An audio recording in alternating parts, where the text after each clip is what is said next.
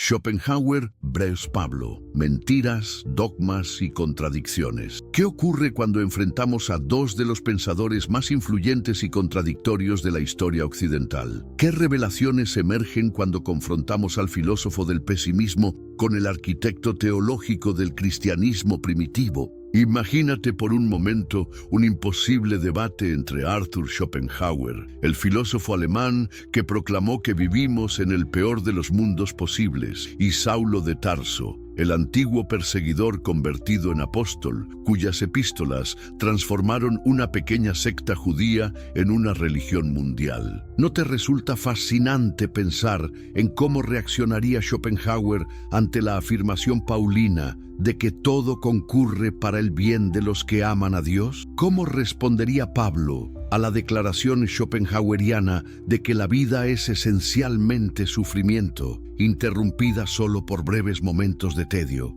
Estos dos gigantes intelectuales nunca se encontraron, separados por 18 siglos de historia, pero sus visiones del mundo representan quizás la más fundamental división en el pensamiento occidental: la tensión entre una cosmovisión fundamentada en la trascendencia divina y otra basada en un materialismo metafísico desesperanzado. Lo que hace este contraste particularmente revelador es que ambos hombres enfrentaron la misma interrogante esencial: ¿cómo dar sentido al sufrimiento humano? Sus respuestas, radicalmente opuestas, continúan definiendo las líneas de batalla en la guerra por el alma humana. En un lado del campo tenemos la visión de Schopenhauer, un universo sin propósito ni designio, gobernado por una fuerza irracional e insaciable que él llamó voluntad.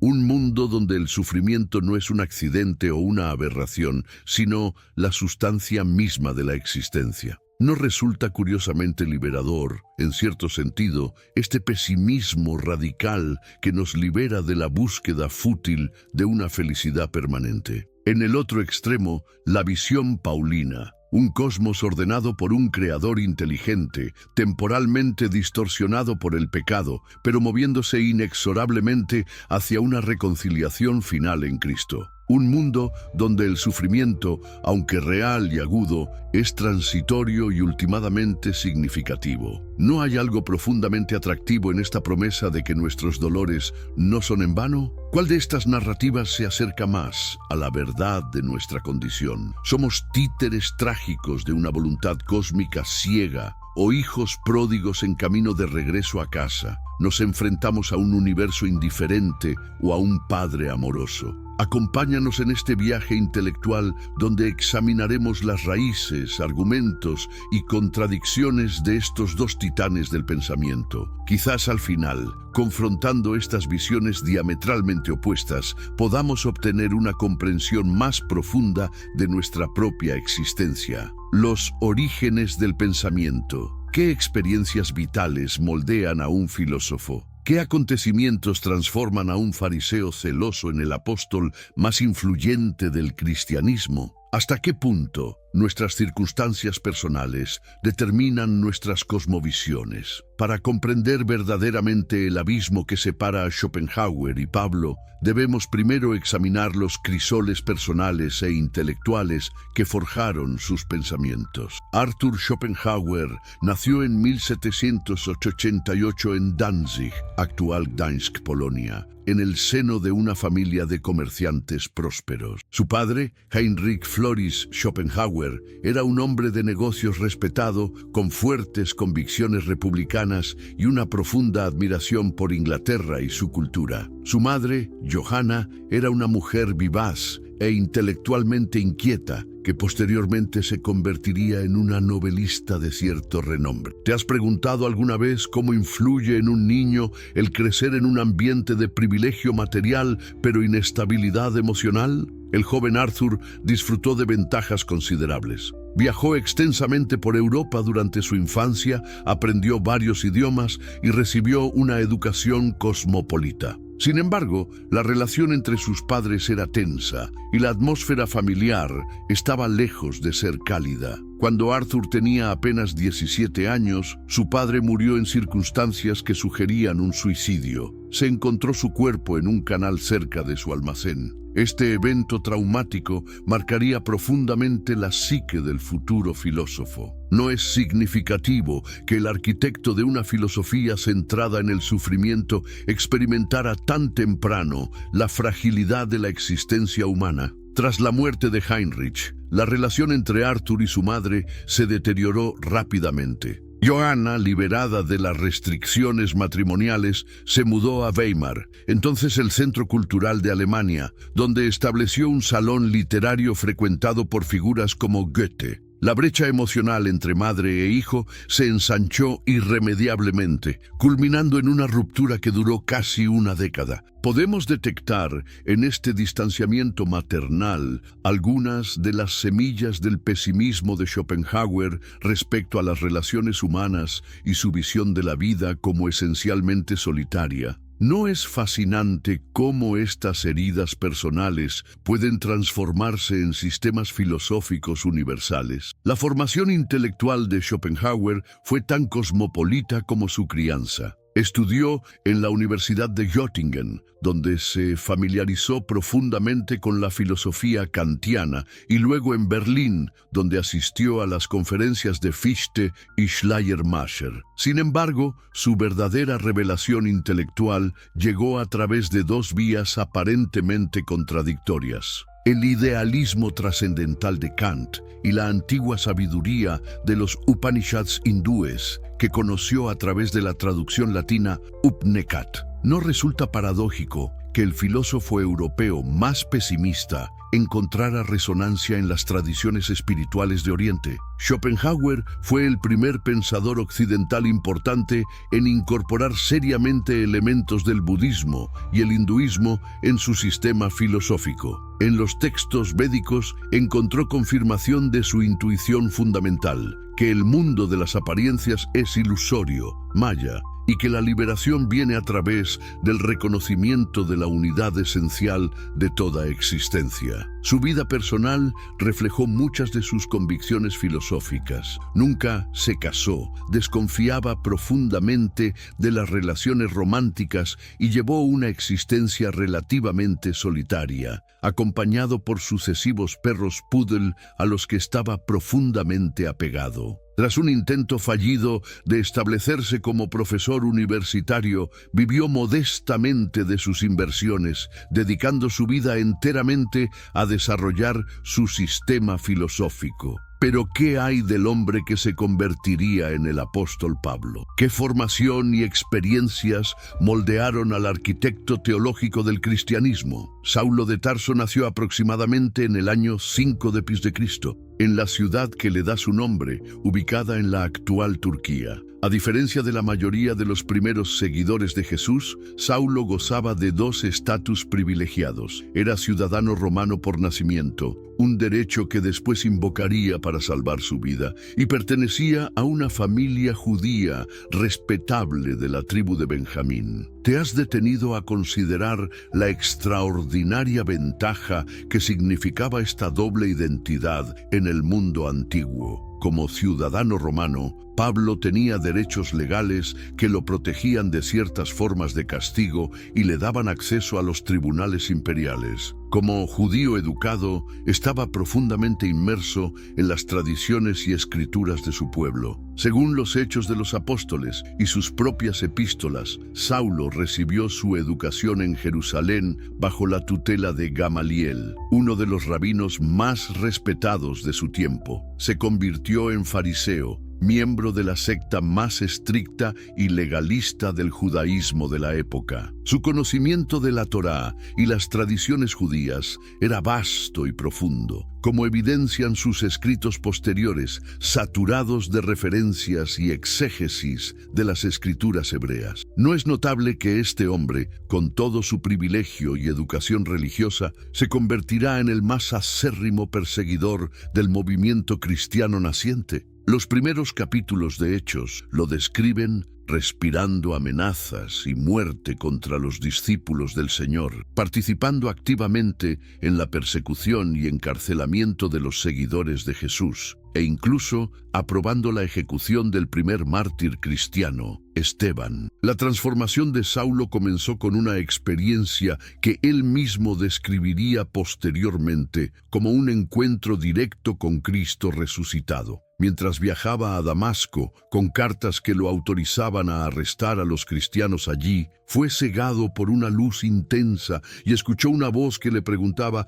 «Saulo, Saulo, ¿por qué me persigues?». Este evento cataclísmico redefinió completamente su comprensión de Dios, de las Escrituras y de su propia identidad. ¿Podemos imaginar el trauma psicológico y espiritual de tal experiencia? El completo desmoronamiento de un sistema de creencias cuidadosamente construido. De perseguidor a perseguido, de acusador a defensor, la vida de Pablo experimenta una inversión total que ningún cálculo racional puede explicar satisfactoriamente. Las circunstancias formativas de estos dos pensadores no podrían ser más diferentes. Schopenhauer, producto de la Ilustración europea, heredero de privilegios burgueses, formado en la tradición filosófica occidental, pero atraído por las sabidurías orientales. Pablo, hijo de un mundo multicultural pero profundamente religioso, educado en las más estrictas tradiciones judías, transformado por una experiencia que él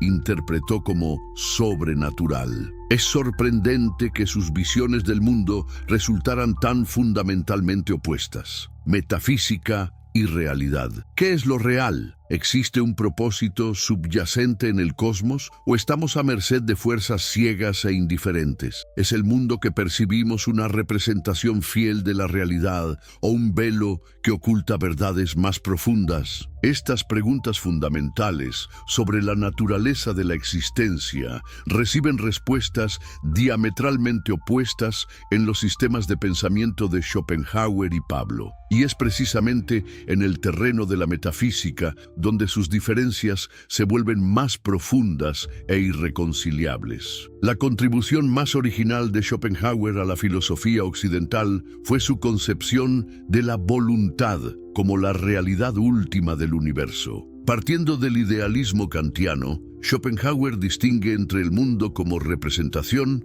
lo que percibimos a través de nuestros sentidos, estructurado por el espacio, tiempo y causalidad, y el mundo como voluntad, la realidad subyacente, la cosa en sí, que Kant consideraba incognoscible. ¿Pero qué es exactamente esta voluntad schopenhaueriana? No se trata de la voluntad humana consciente, sino de una fuerza cósmica ciega, irracional e insaciable que constituye la esencia de toda la existencia. Es un impulso eterno de ser y devenir que se manifiesta en innumerables formas a lo largo del universo. Desde la atracción gravitacional entre cuerpos celestes hasta el instinto de supervivencia en los animales, desde el crecimiento de las plantas hacia la luz hasta los deseos y pasiones humanas. ¿No resulta inquietante considerar que detrás de la aparente diversidad y complejidad del cosmos podría yacer una fuerza unificadora tan elemental y en última instancia tan desprovista de propósito? Para Schopenhauer, toda la grandeza y belleza del universo, todas las complejidades de la naturaleza y la civilización humana son meramente manifestaciones de este impulso primordial e irracional. Lo más perturbador de esta concepción es su carácter fundamentalmente trágico. La voluntad, por su naturaleza misma, nunca puede ser satisfecha. Es un querer eterno sin objeto definido, un hambre que no puede ser saciada, y puesto que todos los seres son objetivaciones de esta misma voluntad, están condenados a existir en un estado de conflicto perpetuo, compitiendo por recursos limitados, devorándose unos a otros para sobrevivir. ¿No explica esto la observación de Schopenhauer de que la vida oscila como un péndulo entre el dolor y el aburrimiento? Cuando estamos dominados por deseos insatisfechos, experimentamos dolor. Cuando momentáneamente saciamos esos deseos, caemos en el tedio, solo para ser prontamente asaltados por nuevos anhelos. Es un ciclo sin fin, sin propósito ni resolución posible. Esta visión del mundo como representación y voluntad está en absoluta contradicción con la metafísica paulina. Para Pablo, la realidad última no es una fuerza impersonal, ciega e irracional, sino un Dios personal, consciente y amoroso, que ha creado el cosmos con un propósito definido. En la visión paulina, el universo es fundamentalmente teocéntrico y cristocéntrico, porque en él fueron creadas todas las cosas, las que hay en los cielos y las que hay en la tierra, visibles e invisibles. Todo fue creado por medio de él y para él. Colosenses 1:16. Contrario a la concepción schopenhaueriana de un universo sin diseño ni finalidad, Pablo presenta un cosmos teleológico, moviéndose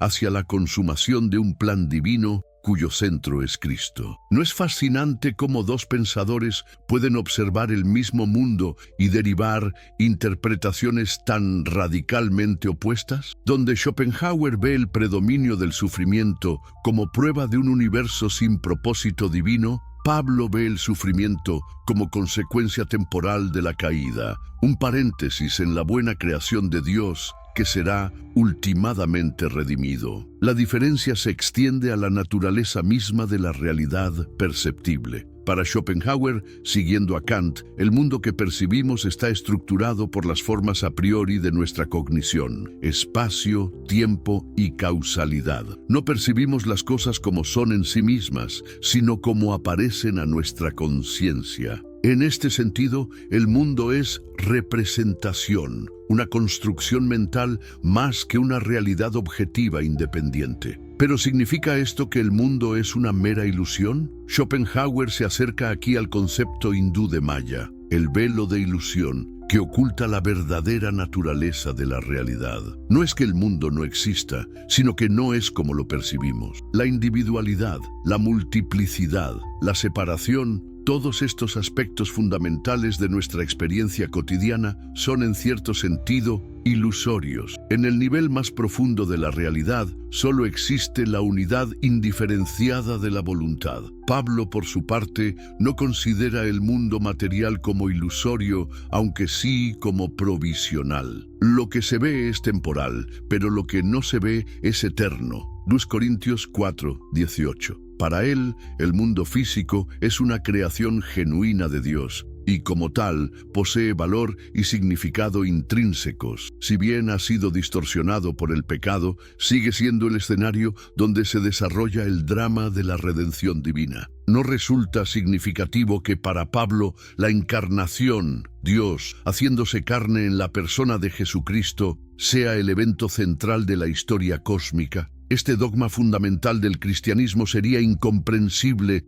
en un sistema como el de Schopenhauer, donde la corporalidad es meramente una de las innumerables objetivaciones de la voluntad ciega. En la epistemología, las diferencias son igualmente profundas. Para Schopenhauer, nuestro conocimiento está inevitablemente limitado por las estructuras de nuestra propia conciencia. Nunca podemos conocer la cosa en sí directamente, excepto a través de la experiencia inmediata de nuestra propia voluntad. La razón puede ayudarnos a comprender el mundo como representación, pero es impotente para penetrar el velo y captar la realidad última. Pablo reconoce igualmente límites al conocimiento humano, pero por razones completamente diferentes. Ahora vemos por espejo, oscuramente, mas entonces veremos cara a cara. Ahora conozco en parte, pero entonces conoceré como fui conocido. 1 Corintios 13:12. La limitación no proviene de estructuras cognitivas inherentes a la mente humana, sino de nuestra condición caída y de la naturaleza progresiva de la revelación divina. ¿Y qué hay del problema del mal y el sufrimiento? Este es quizás el punto donde el contraste entre ambos pensadores alcanza su máxima intensidad. Para Schopenhauer, el sufrimiento no requiere explicación especial, es simplemente la condición natural de la existencia. En un mundo gobernado por una voluntad ciega e insaciable, el dolor es inevitable. De hecho, Schopenhauer considera que vivimos en el peor de los mundos posibles, no en el sentido de que las cosas no podrían ser peores, sino en el sentido de que si fueran peores, el mundo no podría existir en absoluto. ¿Has notado cómo esta visión invierte completamente la teodicea tradicional? En lugar de preguntar ¿por qué existe el mal en un mundo creado por un Dios bueno?, Schopenhauer se pregunta ¿cómo podría ser de otra manera en un mundo que es manifestación de una voluntad ciega y sin propósito? Pablo enfrenta directamente el problema tradicional del mal. Para él, el sufrimiento es una anomalía en la creación, resultado del pecado humano que ha distorsionado el buen orden creado por Dios. La creación fue sujetada a vanidad, no por su propia voluntad, sino por causa del que la sujetó en esperanza. Romanos 8:20. Pero ¿cómo justificar entonces la magnitud y aparente arbitrariedad del sufrimiento en el mundo? La respuesta de Pablo es multifacética y para muchos insatisfactoria. Por un lado, insiste en que el sufrimiento actual no es comparable con la gloria futura. Tengo por cierto que las aflicciones del tiempo presente no son comparables con la gloria venidera que en nosotros ha de manifestarse. Romanos 8:18. Por otro lado, sugiere que Dios puede usar el sufrimiento para propósitos redentores. Y sabemos que a los que aman a Dios, todas las cosas les ayudan a bien. Romanos 8:28. ¿No es esta última afirmación precisamente el tipo de consuelo ilusorio que Schopenhauer despreciaría como una mentira piadosa? Para el filósofo alemán, tales interpretaciones teleológicas del sufrimiento son mecanismos psicológicos que nos ayudan a soportar una realidad intolerable, pero carecen de fundamento objetivo. La temporalidad es otro terreno de divergencia radical. Para Schopenhauer, siguiendo a Kant, el tiempo no es una propiedad de la realidad en sí, sino una forma de nuestra percepción. La voluntad existe fuera del tiempo. Es eterna no en el sentido de duración infinita, sino en el sentido de atemporalidad. En consecuencia, no hay progreso real, no hay desarrollo hacia una meta final, solo el eterno ciclo de deseo y sufrimiento. Pablo presenta una visión radicalmente lineal y progresiva del tiempo. La historia se mueve desde la creación, a través de la caída, hacia la redención final en Cristo. El tiempo no es cíclico ni ilusorio, sino el escenario donde se desarrolla el plan divino. Pero cuando vino el cumplimiento del tiempo, Dios envió a su Hijo. Gálatas 4:4. Esta afirmación sería incomprensible en el marco schopenhaueriano. ¿No resulta fascinante que estas dos visiones del mundo, tan fundamentalmente opuestas, continúen compitiendo por el alma de la civilización occidental? Que sigamos oscilando entre una concepción trágica de la existencia como manifestación de fuerzas ciegas y una visión esperanzadora de un cosmos ordenado hacia la redención. La naturaleza humana. ¿Quiénes somos realmente? ¿Qué significa ser humano? ¿Somos fundamentalmente seres racionales o estamos gobernados por fuerzas que escapan al control de nuestra conciencia? ¿Estamos destinados a algún propósito trascendente o somos meros accidentes en un universo indiferente? La antropología filosófica, la comprensión de la naturaleza humana, constituye otro campo donde las visiones de Schopenhauer y Pablo colisionan con extraordinaria fuerza. Sus concepciones del ser humano reflejan y refuerzan sus respectivas metafísicas, creando sistemas coherentes pero mutuamente excluyentes. Para Schopenhauer, el ser humano no ocupa un lugar privilegiado en el cosmos. Somos una manifestación más de la misma voluntad que se objetiva en todos los fenómenos naturales, desde la gravedad hasta el instinto animal. Lo que nos distingue no es una diferencia esencial, sino de grado. Nuestro intelecto más desarrollado nos permite conceptualizar lo que simplemente sentimos o experimentamos. ¿No resulta inquietante esta descentración radical del ser humano? En lugar de estar hechos a imagen y semejanza de un creador inteligente, somos meras expresiones temporales de una fuerza cósmica ciega, tan contingentes como cualquier otra especie. Según Schopenhauer, la conciencia humana ha evolucionado primariamente como una herramienta al servicio de la voluntad. Nuestra inteligencia, nuestra capacidad para razonar y planificar, incluso nuestra autoconciencia, todas estas facultades que tanto enorgullecen a los humanistas, son simplemente instrumentos más sofisticados para la supervivencia y reproducción. La razón está subordinada a la voluntad. El intelecto es el sirviente, no el amo. ¿Te has preguntado alguna vez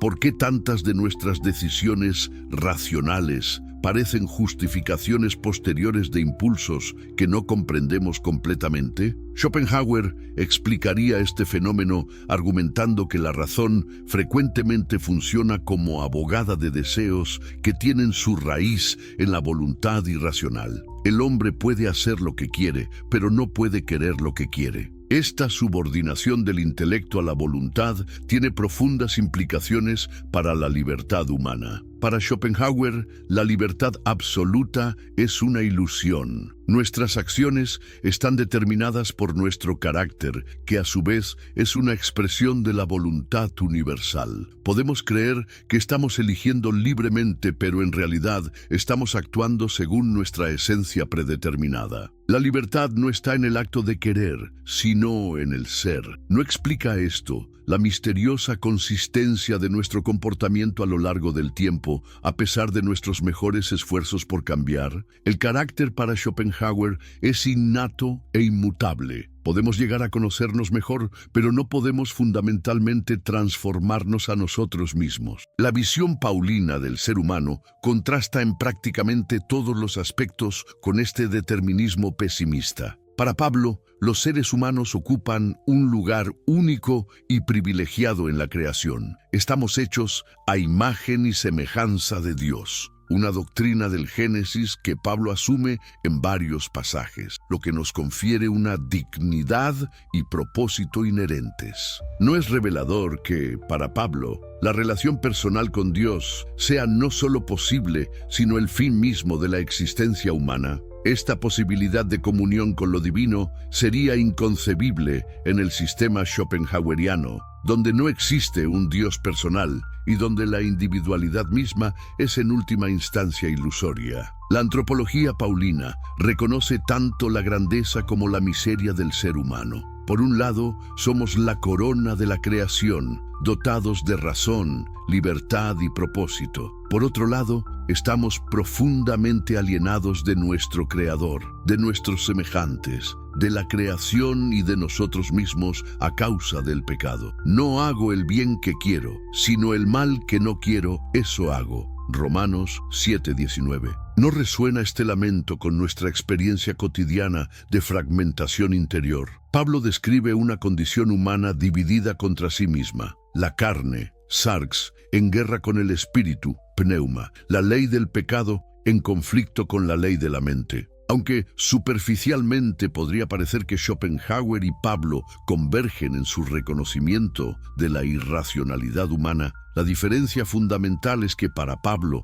esta condición dividida no es natural sino caída, no refleja nuestra esencia original, sino una distorsión de ella. Sabemos que la ley es espiritual, mas yo soy carnal, vendido al pecado. Romanos 7:14. El conflicto interno que experimentamos no es el estado normal de las cosas, sino el síntoma de una alienación que puede ser sanada. Esta posibilidad de transformación, el paso de la muerte espiritual a la vida, del viejo hombre al nuevo hombre, es central en la antropología paulina. De modo que si alguno está en Cristo, nueva criatura es. Las cosas viejas pasaron. He aquí todas son hechas nuevas. Según Corintios 5:17. Para Pablo, el carácter humano no está determinado irrevocablemente. Puede ser renovado a través de un encuentro con la gracia divina. Puede haber un contraste más agudo con el determinismo schopenhaueriano. Donde Schopenhauer ve una esencia inmutable, Pablo ve la posibilidad de una transformación radical. Donde Schopenhauer proclama la impotencia de la razón frente a la voluntad ciega, Pablo afirma la capacidad regeneradora del Espíritu Divino. La sexualidad es otro ámbito donde las diferencias son particularmente reveladoras. Para Schopenhauer, el impulso sexual es la manifestación más poderosa de la voluntad en el ser humano. Nos engañamos pensando que buscamos la satisfacción individual, cuando en realidad somos instrumentos de una fuerza que solo se preocupa por la perpetuación de la especie. El hombre es el instinto sexual concreto. ¿Has notado alguna vez cómo la intensa atracción romántica puede desvanecerse después de la consumación? Schopenhauer explicaría este fenómeno argumentando que la voluntad, habiendo logrado su propósito reproductivo, ya no necesita mantener la ilusión del amor romántico. Es uno de los muchos engaños mediante los cuales la voluntad ciega nos manipula para sus fines. La actitud de Pablo hacia la sexualidad es más ambivalente. Por un lado, reconoce su legitimidad dentro del matrimonio. El marido cumpla con la mujer el deber conyugal y asimismo la mujer con el marido. 1 Corintios 7:3. Por otro lado, considera la soltería como un estado preferible para aquellos capaces de mantenerla. Quisiera que todos los hombres fuesen como yo mismo, soltero. 1 Corintios 7:7. ¿Qué explica esta preferencia por la soltería? No es un rechazo gnóstico del cuerpo o la sexualidad como inherentemente malos, sino una evaluación práctica de las demandas competitivas entre las preocupaciones mundanas y la dedicación espiritual. El soltero tiene cuidado de las cosas del Señor, de cómo agradar al Señor, pero el casado tiene cuidado de las cosas del mundo, de cómo agradar a su mujer. 1 Corintios 7:32-33. A diferencia de Schopenhauer, Pablo no ve la sexualidad como una fuerza metafísica que nos esclaviza inevitablemente. Para él, incluso los impulsos más poderosos pueden ser disciplinados y dirigidos hacia fines divinamente ordenados. El autocontrol, enkratei, imposible en el determinismo schopenhaueriano, es una virtud que Pablo enumera entre los frutos del Espíritu. Gálatas 5:23. La corporalidad representa otro punto de divergencia significativa. Para Schopenhauer, el cuerpo es la objetivación de la voluntad individual, el punto donde la cosa en sí y el fenómeno se encuentran más directamente. Es a través de nuestro cuerpo, particularmente a través del dolor, el placer y el esfuerzo físico, que experimentamos más inmediatamente la voluntad que constituye nuestra esencia. Sin embargo, esta comprensión de la corporalidad está lejos de ser una celebración. Para Schopenhauer, estar encarnado significa estar sujeto a los deseos insaciables de la voluntad. El cuerpo es tanto el instrumento de nuestros deseos como la prisión de nuestra conciencia. La visión paulina del cuerpo es compleja y ha sido frecuentemente malinterpretada. Contra ciertas lecturas gnósticas que le atribuyen un desprecio por lo corporal, Pablo afirma claramente la bondad del cuerpo como creación divina. ¿O ignoráis que vuestro cuerpo es templo del Espíritu Santo? 1 Corintios 6:19. A diferencia de Schopenhauer, para quien la corporalidad implica necesariamente sufrimiento, Pablo anticipa una transformación escatológica del cueras detenido, a pensar que cada foto que subes, cada comentario que escribes y cada publicación que compartes está creando una versión paralela de ti mismo. Esta versión no solo existe en las pantallas de los demás, sino que cobra vida propia, crece y evoluciona incluso cuando tú duermes. ¿Qué pensaría Jung de este fenómeno tan moderno? La conciencia digital es el primer paso para recuperar el control sobre nuestra identidad en línea. Si Jung estuviera vivo hoy, probablemente nos invitaría a realizar un ejercicio profundo de introspección, reconocer cómo se ha formado nuestro clon digital y cómo difiere de nuestro ser auténtico. ¿Somos realmente conscientes de la disparidad entre quienes somos y quienes aparentamos ser en las redes sociales? Este proceso comienza con preguntas incómodas. ¿Cuántas veces has retocado una foto antes de publicarla? ¿Cuántas publicaciones has eliminado porque no recibieron suficientes me gusta? ¿Has cambiado una opinión real por una más aceptable para tu audiencia digital? Cada una de estas pequeñas decisiones contribuye a la formación de ese otro yo que habita en el ciberespacio. La verdadera conciencia digital implica reconocer los momentos en que nos sentimos compelidos a alimentar a este clon con contenido que no refleja nuestra auténtica esencia. ¿Cuántas veces has sentido ansiedad por no publicar contenido durante varios días? ¿Te has encontrado midiendo tu valía por el número de seguidores o interacciones? Esta dependencia emocional es precisamente lo que Jung identificaría como síntoma de una identidad fragmentada, integrando la sombra digital. ¿Qué pasaría si mostraras en redes sociales los momentos en que estás triste, confundido o simplemente ordinario? La sombra digital contiene todo lo que decidimos ocultar en línea: nuestras inseguridades, fracasos, momentos de duda y vulnerabilidad. Jung sostendría que negar estas partes de nosotros no las elimina, simplemente las empuja más profundo hacia nuestra sombra, donde crecen en poder e influencia subconsciente. Integrar la sombra digital no significa exponer cada detalle privado de nuestra vida, más bien implica crear una presencia digital más auténtica y menos performática. ¿Qué sucedería si comenzaras a compartir ocasionalmente tus fracasos junto con tus éxitos? Si mostraras tu proceso creativo completo, incluyendo los borradores imperfectos y no solo el resultado final pulido. Esta integración requiere valor. En un mundo donde los algoritmos premian la perfección aparente, elegir la autenticidad puede sentirse como nadar contra la corriente. Pero como Jung nos recordaría, la verdadera individualidad no surge de conformarse a las expectativas externas, sino de abrazar nuestra totalidad, incluidas aquellas partes que la sociedad, o en este caso, las redes sociales, nos animan a suprimir. ¿Te has preguntado por qué sientes una liberación cuando ocasionalmente compartes algo verdaderamente auténtico en línea? Es el alivio de permitir que partes de tu sombra digital vean la luz, reduciendo la tensión entre tu ser auténtico y tu persona digital, estableciendo límites conscientes en el entorno digital. ¿Cuándo fue la última vez que pasaste un día entero sin revisar tus redes sociales? ¿Cómo te sentiste? Si la respuesta incluye ansiedad o inquietud, es posible que los límites entre tu identidad y tu presencia digital se hayan difuminado peligrosamente. Jung enfatizaba la importancia de los límites para la salud psíquica. En el contexto digital, estos límites adquieren una importancia crítica. No se trata simplemente de establecer un tiempo de pantalla, sino de definir conscientemente qué aspectos de tu vida pertenecen al ámbito público y cuáles merecen permanecer privados. ¿Has notado cómo ciertos espacios físicos, tu dormitorio, un café tranquilo, un parque, te permiten reconectar con tu esencia?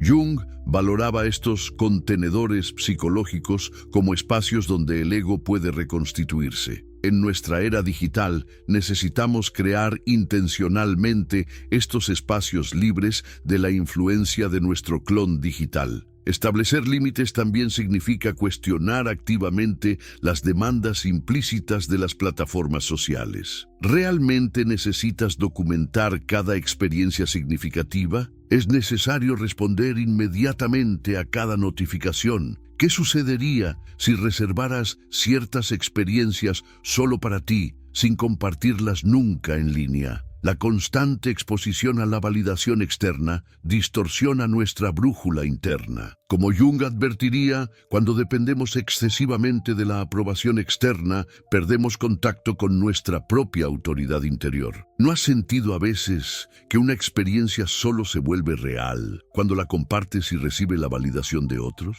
Este es precisamente el tipo de distorsión psíquica que los límites conscientes pueden ayudar a prevenir. La odisea del héroe en el mundo digital. ¿Quién escribe realmente tu historia en línea? ¿Eres tú o son los algoritmos que determinan qué contenido tuyo se vuelve visible? ¿Son tus seguidores, cuyas reacciones moldean sutilmente lo que decides compartir en el futuro? La individuación, concepto central en la psicología junguiana, es esencialmente una jornada heroica de autodescubrimiento. En el mundo digital, esta odisea implica desafiar narrativas impuestas, cuestionar la validación externa y encontrar un propósito auténtico más allá de las métricas de engagement. Piensa en cómo las plataformas digitales están diseñadas para mantenerte en un estado constante de comparación social. ¿No has sentido ese pinchazo de envidia al ver el éxito de otros en línea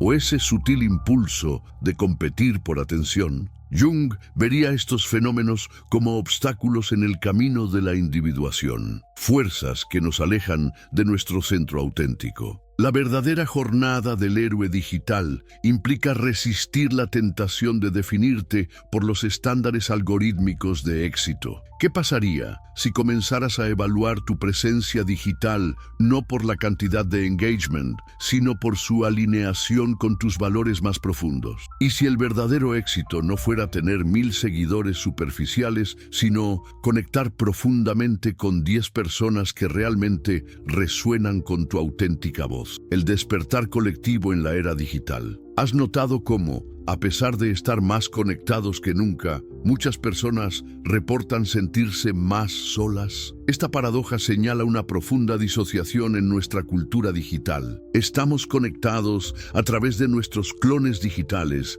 mientras nuestros seres auténticos permanecen aislados. Jung hablaría de la necesidad de un despertar colectivo, un reconocimiento compartido de la ilusión en la que hemos caído. Las redes sociales no solo han creado clones individuales, sino un nuevo tipo de inconsciente colectivo digital, donde arquetipos modernos como el influencer perfecto o la vida Instagram-ible ejercen una poderosa influencia sobre nuestras aspiraciones y autoimagen. ¿Qué sucedería si comenzáramos a valorar la autenticidad por encima de la perfección? Si premiáramos con nuestra atención a quienes muestran vulnerabilidad genuina en lugar de una curación excesiva, este cambio de valores podría iniciar una transformación en el inconsciente colectivo digital. Las plataformas digitales, en su forma actual, nos ofrecen una versión distorsionada del reconocimiento que todos los humanos anhelamos. La validación instantánea a través de likes activa nuestros circuitos de recompensa, pero ¿realmente satisface nuestra necesidad más profunda de ser verdaderamente vistos y aceptados? ¿No has tenido la experiencia de recibir cientos de likes en una publicación y aún así sentirte extrañamente vacío? La alquimia digital, transformando nuestra relación con la tecnología. ¿Y si pudiéramos transformar nuestra relación con las tecnologías digitales de la misma manera que los alquimistas buscaban transformar metales básicos en oro? Jung veía en la alquimia una metáfora del proceso de transformación psíquica. En nuestro contexto, la alquimia digital implicaría convertir nuestras interacciones en línea en oportunidades para un crecimiento auténtico y conexión genuina. Esta transformación comienza con la intención. ¿Con qué propósito te conectas cada vez que abres una aplicación? ¿Buscas validación, distracción, inspiración o conexión verdadera? La alquimia digital implica traer conciencia a estos momentos, convirtiendo el acto automático de scrolling en un compromiso intencional. ¿Has experimentado alguna vez una conversación profundamente significativa que comenzó en línea? Un intercambio que te hizo sentir verdaderamente visto y comprendido. Estos momentos son oro alquímico en el panorama digital, recordándonos que estas tecnologías, utilizadas conscientemente, pueden facilitar conexiones auténticas en lugar de reemplazarlas. La verdadera maestría de la alquimia digital se manifiesta cuando podemos mantener nuestra integridad psíquica en medio de las presiones fragmentadoras de las redes sociales. Puedes reconocer tu clon digital como una creación parcial sin identificarte completamente con él. ¿Puedes utilizar las plataformas sin ser utilizado por ellas? El retorno al ser auténtico. La tecnología avanza implacablemente, pero los anhelos humanos fundamentales permanecen constantes. Buscamos sentido, conexión, autenticidad y autoexpresión. Jung nos recordaría que estos anhelos surgen de nuestro núcleo esencial, no de nuestras personas digitales cuidadosamente construidas. ¿Qué pasaría si comenzaras a ver tus interacciones digitales como extensiones de tu ser auténtico en lugar de como una identidad separada que debes mantener? Si cada publicación, comentario o mensaje fuera una expresión genuina de tus valores y visión, en lugar de un intento de acumular capital social. El retorno al ser auténtico no requiere abandonar completamente las plataformas digitales. Más bien, implica habitar estos espacios de manera consciente, reconociendo tanto su potencial como sus peligros. ¿Puedes imaginar cómo sería usar las redes sociales sin ansiedad por la validación, sin comparación constante, sin el impulso de performar una identidad idealizada? Este es el verdadero desafío de nuestra era, integrar las posibilidades transformadoras de la tecnología digital sin permitir que fragmenten nuestra psique. Como Jung sugeriría, no se trata de elegir entre lo digital y lo auténtico, sino de integrar conscientemente ambos aspectos en una totalidad más amplia y coherente. ¿Estás listo para despertar del trance digital y reclamar la autoría de tu propia historia? Para reconocer tu clon digital como lo que realmente es, una construcción parcial, no la totalidad de quién eres. Este despertar no ocurre de la noche a la mañana, sino a través de pequeños actos diarios de conciencia y autenticidad. El verdadero regalo de las ideas de Jung para nuestra era digital es la promesa de que, incluso en medio de la fragmentación y la distracción constante, el impulso hacia la integridad psíquica permanece. Nuestros clones digitales pueden proliferar, pero nuestro ser esencial, complejo, contradictorio y profundamente humano, espera pacientemente ser redescubierto y expresado auténticamente, tanto en línea como fuera de ella. No es este, después de todo, el verdadero propósito de cualquier tecnología, no alejarnos de nuestra humanidad, sino ayudarnos a expresarla más plenamente. Este es el desafío y la promesa de nuestra era digital. No sucumbir a la fragmentación, sino trascenderla a través de una conciencia expandida que pueda abrazar tanto lo analógico como lo digital, lo personal como lo colectivo, la sombra como la luz. Sorprendido pasando horas perfeccionando una sola publicación. O quizás has revisado obsesivamente las reacciones a tus contenidos, sintiendo una montaña rusa emocional con cada notificación. Lo que Jung identificaría aquí es una forma moderna de narcisismo alimentada por el diseño intencional de las plataformas digitales. El narcisismo en su forma clásica implica un amor excesivo hacia la propia imagen. En el entorno digital, este fenómeno adquiere dimensiones preocupantes. Las interfaces de las redes sociales están diseñadas como espejos mágicos que nos devuelven versiones mejoradas de nosotros mismos, invitándonos a una contemplación constante de nuestra imagen idealizada. ¿Has notado cómo las redes sociales te animan constantemente a hablar sobre ti mismo? ¿Qué estás pensando? Comparte un momento de tu día. Actualiza tu estado. Estas invitaciones aparentemente inocentes fomentan un ensimismamiento sin precedentes. Jung advertiría que este enfoque excesivo en el yo digital impide el desarrollo de relaciones genuinas basadas en el intercambio recíproco. La tragedia del narcisismo digital es que mientras más energía invertimos en pulir nuestra imagen pública, más nos alejamos de la posibilidad de ser verdaderamente vistos y comprendidos. ¿No es paradójico que en la era de la hipervisibilidad,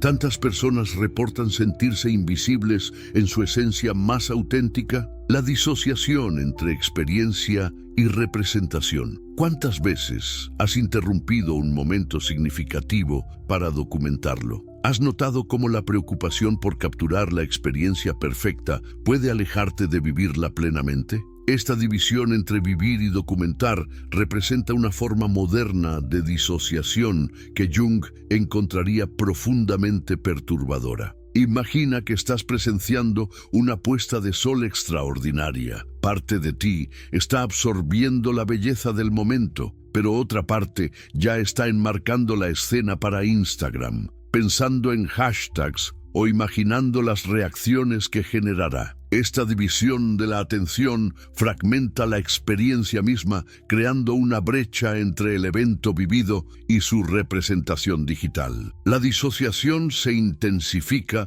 cuando empezamos a experimentar eventos principalmente como oportunidades para contenido digital. ¿Alguna vez has elegido un destino de viaje basándote en su instagrameabilidad? ¿O has asistido a un evento pensando principalmente en cómo se verá en tus redes sociales? Cuando la representación toma precedencia sobre la experiencia, nuestra relación con la realidad se distorsiona fundamentalmente. Jung probablemente señalaría que esta disociación crónica impide la integración psíquica necesaria para el desarrollo saludable de la personalidad. La individuación requiere presencia plena en nuestras experiencias, no una división constante entre vivir y documentar. ¿Cómo podemos integrar aspectos fragmentados de nuestra psique si nuestra atención está permanentemente dividida? El secuestro de la atención y la pérdida del centro. ¿Has intentado leer un libro y te has encontrado compulsivamente revisando tu teléfono cada pocos minutos? ¿O quizás has notado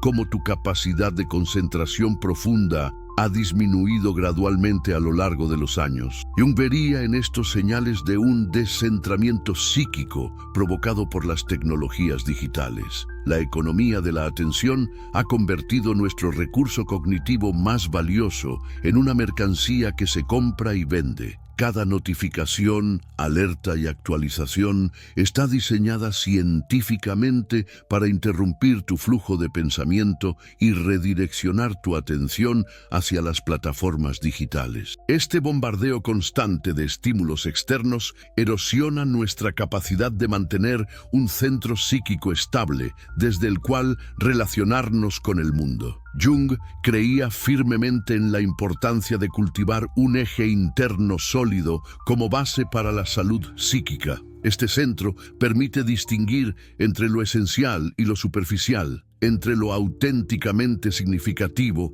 y lo meramente estimulante. Pero ¿qué sucede cuando nuestros días están fragmentados en miles de microinteracciones digitales, cada una exigiendo una parte de nuestra atención? La fragmentación de la atención inevitablemente conduce a una fragmentación del yo, sin la capacidad de sostenernos en un estado de concentración profunda. Perdemos contacto con aspectos más sutiles de nuestra experiencia interna. ¿Has notado cómo resulta cada vez más difícil conectar con tus sentimientos más profundos o reflexionar genuinamente sobre cuestiones existenciales en un entorno de distracción constante? El camino de regreso a la integridad, la desintoxicación digital como ritual contemporáneo. ¿Qué pasaría si trataras la desconexión digital como un ritual sagrado, un espacio de renovación psíquica? Jung comprendía profundamente el poder de los rituales para restaurar el equilibrio psíquico. En nuestra era hiperconectada, la desintoxicación digital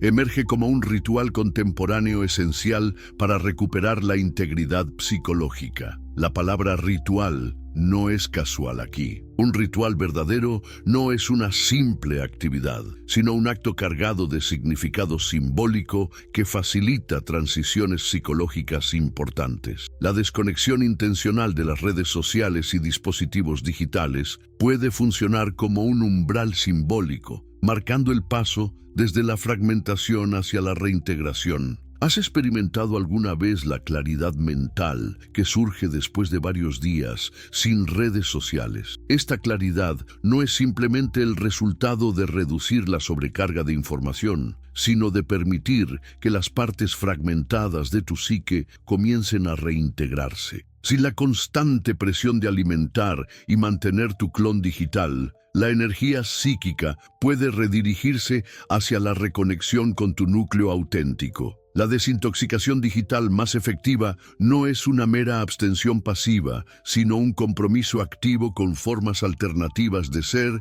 y relacionarse. ¿Qué actividades te reconectan con tu cuerpo físico? ¿Qué prácticas te permiten experimentar estados de flujo donde el tiempo y la autoconciencia se disuelven? Estas experiencias funcionan como contrapeso a la hiperconsciencia fragmentada que fomentan las redes sociales, recuperando la profundidad en un mundo de superficialidad algorítmica. ¿Has notado cómo las redes sociales favorecen contenido breve, llamativo y fácilmente digerible? Cómo los algoritmos premian respuestas emocionales inmediatas en lugar de reflexión profunda. Este ecosistema informativo crea una formidable barrera para el tipo de pensamiento profundo que Jung consideraba esencial para el desarrollo psicológico genuino. Recuperar la profundidad en la era digital requiere resistencia consciente contra las fuerzas que promueven la superficialidad. ¿Qué sucedería si dedicaras tiempo regularmente a actividades que cultivan la profundidad psíquica? La lectura inmersiva de libros físicos, las conversaciones sin prisa,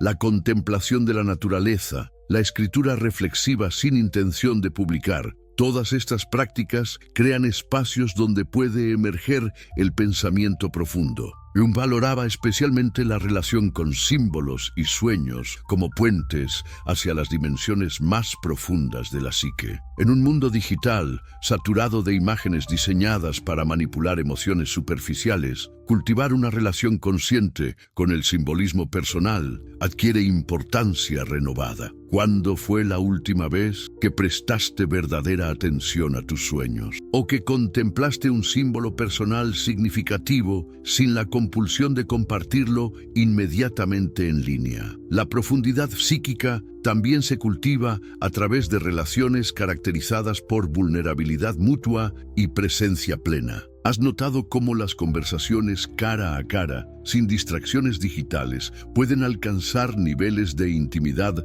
raramente experimentados en interacciones mediadas por pantallas? Jung enfatizaría que el encuentro genuino con otro ser humano es irreemplazable para el desarrollo psicológico. Reimaginando comunidades digitales conscientes, es posible crear espacios digitales que fomenten la individuación en lugar de impedirla. Podemos diseñar plataformas que promuevan la autenticidad, la profundidad y el crecimiento psicológico genuino. Jung, siempre interesado en la dimensión colectiva de la transformación, nos invitaría a reimaginar radicalmente nuestras comunidades digitales. Las redes sociales actuales están diseñadas principalmente para maximizar el tiempo de pantalla y la recopilación de datos, no para fomentar el bienestar psicológico. Sin embargo, esto no significa que debamos abandonar por completo el potencial de conexión digital. Más bien, necesitamos aplicar conscientemente principios junguianos para crear espacios digitales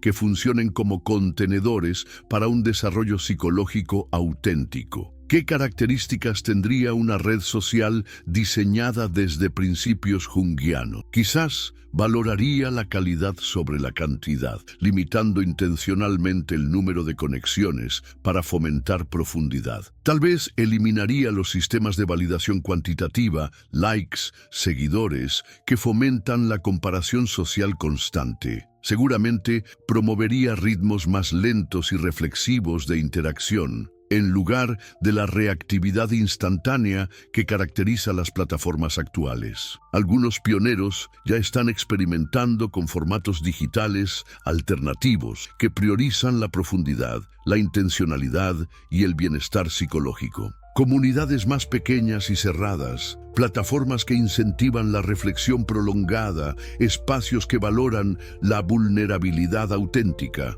Estos experimentos señalan posibles caminos hacia un futuro digital más alineado con las necesidades genuinas del alma humana. La reconciliación digital.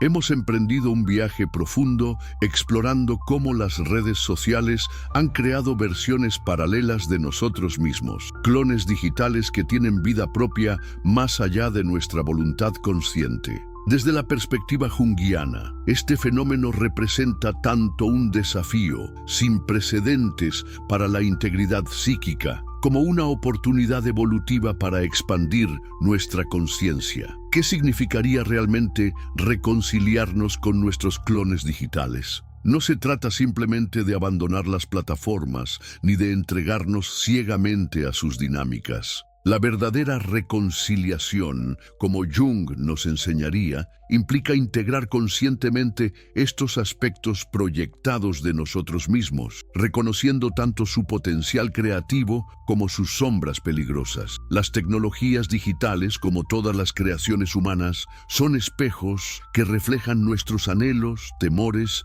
y potencialidades colectivas. El aparente conflicto entre autenticidad y presencia digital puede resolverse no mediante la eliminación de uno de los polos, sino a través de una síntesis consciente que trascienda la dualidad. ¿Qué sucedería si, en lugar de permitir que las redes sociales nos fragmenten, las utilizáramos como herramientas para una mayor integración psíquica? Si cada interacción digital se convirtiera en una oportunidad para practicar la autenticidad, la presencia y la conciencia expandida. Jung creía profundamente en la capacidad humana para transformar crisis en oportunidades para la evolución psicológica. La crisis de identidad digital que enfrentamos actualmente puede ser el catalizador para un salto evolutivo en nuestra comprensión de la conciencia y la identidad. ¿No es fascinante que precisamente cuando la tecnología parece amenazar nuestra integridad psíquica, también nos ofrece espejos sin precedentes para observar nuestra psique colectiva en acción? La verdadera individuación en la era digital no consiste en encontrar un refugio prístino libre de influencias tecnológicas, sino en desarrollar la capacidad de navegar conscientemente entre diferentes niveles de realidad, física y virtual, personal y colectiva, consciente e inconsciente. Esta flexibilidad consciente permite mantener un centro integrado mientras participamos en múltiples dimensiones de experiencia. ¿Estás listo para asumir la responsabilidad por tu clon digital? Para reconocer que, a pesar de los algoritmos y presiones externas, tú sigues siendo el autor último de tu narrativa digital. Este reconocimiento marca el principio de una relación más consciente con las tecnologías que han llegado a mediar gran parte de nuestra experiencia contemporánea. Como Jung observaría, cada crisis evolutiva trae consigo no solo peligros, sino también las semillas de su propia resolución. Quizás el mismo impulso que nos lleva a crear versiones idealizadas en línea refleja un anhelo más profundo de realización de nuestro potencial auténtico. La pregunta definitiva no es si podemos escapar de la influencia digital, sino si podemos transformarla en un vehículo para una mayor conciencia e integración. El verdadero desafío y promesa de nuestro tiempo es este. Podemos utilizar estas poderosas tecnologías no para escapar de nosotros mismos, sino para conocernos más profundamente, no para fragmentarnos, sino para integrarnos más plenamente. No para sustituir la conexión humana genuina, sino para expandirla en dimensiones previamente inimaginables. Este es el camino del héroe digital contemporáneo. Ni rechazar ingenuamente la tecnología, ni sucumbir pasivamente a sus aspectos deshumanizantes, sino navegar conscientemente sus corrientes, transformando herramientas de potencial alienación en vehículos para una conciencia expandida y una humanidad más integrada. Como Jung nos recordaría, quien mira hacia afuera, sueña. Quien mira hacia adentro, despierta. En la era digital, necesitamos hacer ambas cosas. Mirar hacia afuera con discernimiento consciente y hacia adentro con honestidad valiente. Solo entonces podremos reconciliar nuestros múltiples reflejos digitales con la verdad integral de quienes realmente somos.